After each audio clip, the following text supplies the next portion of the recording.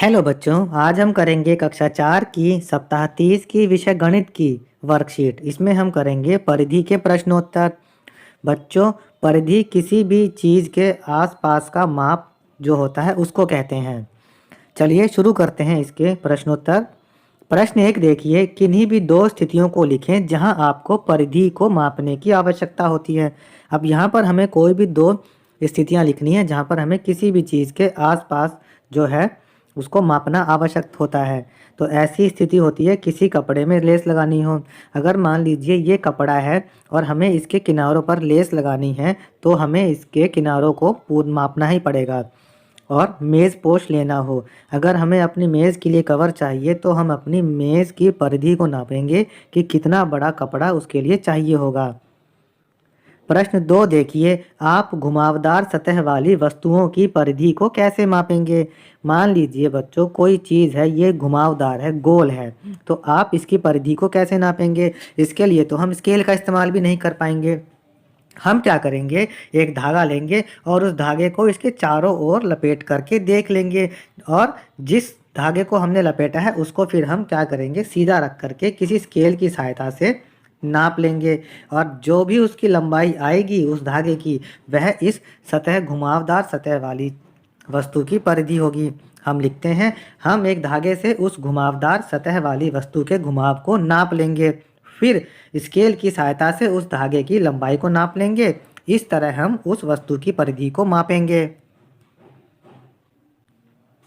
प्रश्न तीन देखिए, निम्नलिखित आकृतियों की परिधि ज्ञात करें। अब यहाँ पर दो आकृतियाँ दी गई हैं, हमें इनकी परिधि यानी इनका आसपास का माप नापना है। देखिए बच्चों, ये 4 सेंटीमीटर है, ये 3 सेंटीमीटर है, तो ये 7 सेंटीमीटर होगी।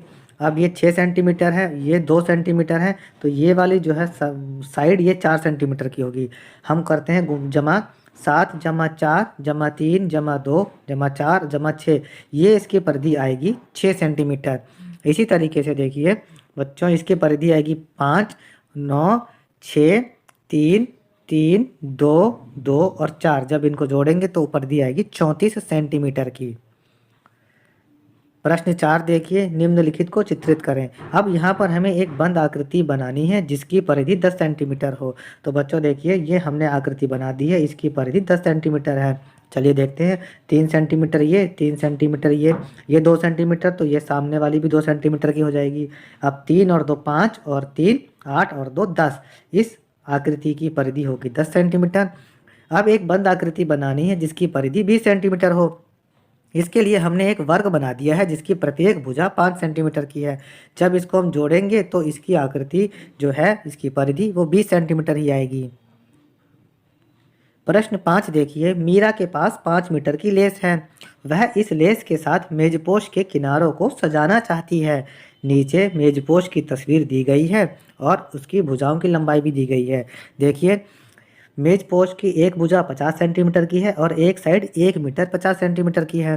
तो हमें बताना है कि इस मेज पोस्ट के लिए आवश्यक लेस की कुल लंबाई क्या होगी। बच्चों, 50 centimetre plus 150 centimetre plus 50 centimetre और प्लस 150 सेंटीमीटर, ये होंगे 400 सेंटीमीटर यानी 4 मीटर। तो हमें इस पर 4 मीटर की लेस की आवश्यकता पड़ेगी।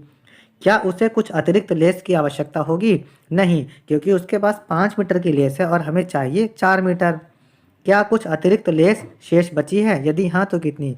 देखिए, 5 मीटर में से 4 मीटर लेस इस्तेमाल हो गई है तो 1 मीटर लेस बचेगी। प्रश्न 6 देखिए, आकृति अ है, इसमें से हमने कोने कुछ 8 वर्ग काट दिए हैं इस तरीके से और आकृति ये वाली बन गई है। अब हमें बताना है कि आकृति बा की परिधि की लंबाई कितनी है। देखिए, इसमें आकृति में जो हर साइड, ये छोटी साइड है, ये 1 सेंटीमीटर की है। चलिए हम नापते हैं, 1 2 3 4 5 6 7 8 9 10 11 12 13 14 15 16 17 18 19 20 21 22 23 24 25 26 27 28, यानी कि इसकी परिधि है 28 सेंटीमीटर। अब सेकंड क्वेश्चन में पूछा गया है, अ और ब में से किस आकृति की परिधि बड़ी है और कितनी। देखिए, इसकी जो परिधि है वो 28 सेंटीमीटर। इसकी परिधि हम निकालते हैं, 5 जमा 5 जमा 5 जमा 5 यानी कि 20 सेंटीमीटर। तो परिधि जो है बाकी ज़्यादा बड़ी है और वो इससे 8 सेंटीमीटर अधिक है। बच्चों यहाँ पर हमारी ये वर्कशीट खत्म होती है।